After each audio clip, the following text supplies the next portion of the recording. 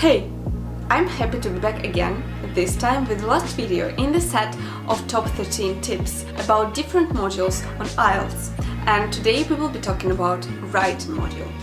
But before we dive in, I'd like to introduce you to my new Twitter account, which I will be frequently using for various announcements, and currently I'm working on a huge project which will be free for you guys and which will be in real time and obviously dedicated to IELTS.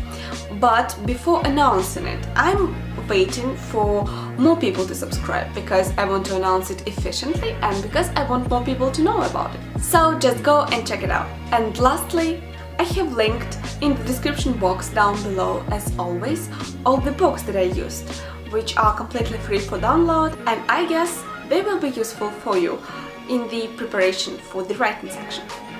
Okay, so the first tip is to analyze and actually take some time to think and to take notes about what you will be writing. You know, the cost of rushing forward and thinking that you must start writing straight away when you were given the task is too high, because it is essential for you to stop and think, planning beforehand, because you know, it requires you to be a professional journalist, to compose your thoughts instantly and to know what you will be writing in your essay, let alone in English. Okay, the second one is learn the structure of your essay beforehand, and basically disregarding of the type of module that you're dealing with, whether it's academic or general, it doesn't matter, because actually in the writing task, chances are that the most likely you will be dealing with 4 paragraphs, which means first you introduce the topic, you give a brief overview, and then you divide your ideas into 4 paragraphs, and then just end it with a nice conclusion. Remember that the second task in writing is worth twice as much as the first task, and that is why you should really put some effort in the second task, but you also need to always start with task 1, never skipping it, because the task 1 is actually easier and it helps you to get on track so that task 2 comes more smoothly. Then manage your time, practice speed writing, and actually try to spend approximately 20 minutes on the first task and 40 minutes on the second task. Pay attention to the number of words you're writing, because you will lose marks if you write less than 150 words in task 1 and 250 words in task 2. Also, don't try to count word by word what you wrote unless you have plenty of time left, because it's more efficient to count the number of words in your line and then to multiply it by the number of lines in your essay. But better, learn to recognize how do your 150 words and 250 words look like on the answer sheet in your handwriting, so that you won't need to count them. And I have linked down below the actual answer sheet for writing, so you can download it, print it, to have the best experience in your preparation. Okay, next one, do not copy anything from your task.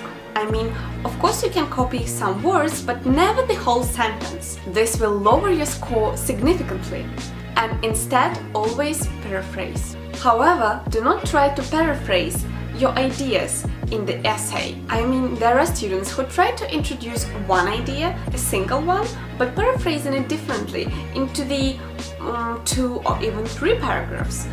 And just do not do it. If you are introducing an idea, make it final and then go to the next paragraph talking about something else. In order to score high in writing, you really need to show your advanced skills of eloquent writing, and for this you must learn as many synonyms as possible, because it will make your essay pleasant to read.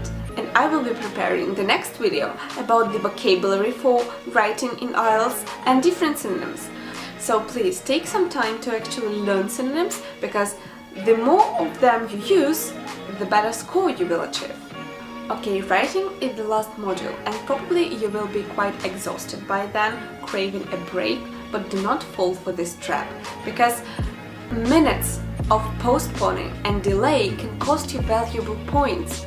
Instead, try to use some time when an examiner hands in the booklets and tasks to take a break and to meditate, maybe to clear your mind, to think about something that relaxes you, and just try to forget everything connected to the previous sections. It doesn't any longer matter anything.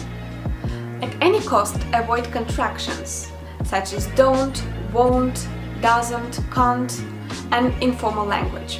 Instead, use formal language. Pay attention to your grammar, punctuation, and spelling, because obviously if you're making mistakes, you're losing points. And vice versa, you will gain some points if you have sophisticated grammar incorporated. And the last one, as always, do not try to memorize any model answers, because the examiners are actually trained to recognize them, and you will lose your score. Also, you will lose marks if you write your ideas in bullet points, not in full. Okay guys, that's all. If you need to ask any question, you can directly contact me via different social media that I have linked down below in the description. And as always, I will be delighted to see you again here. Bye!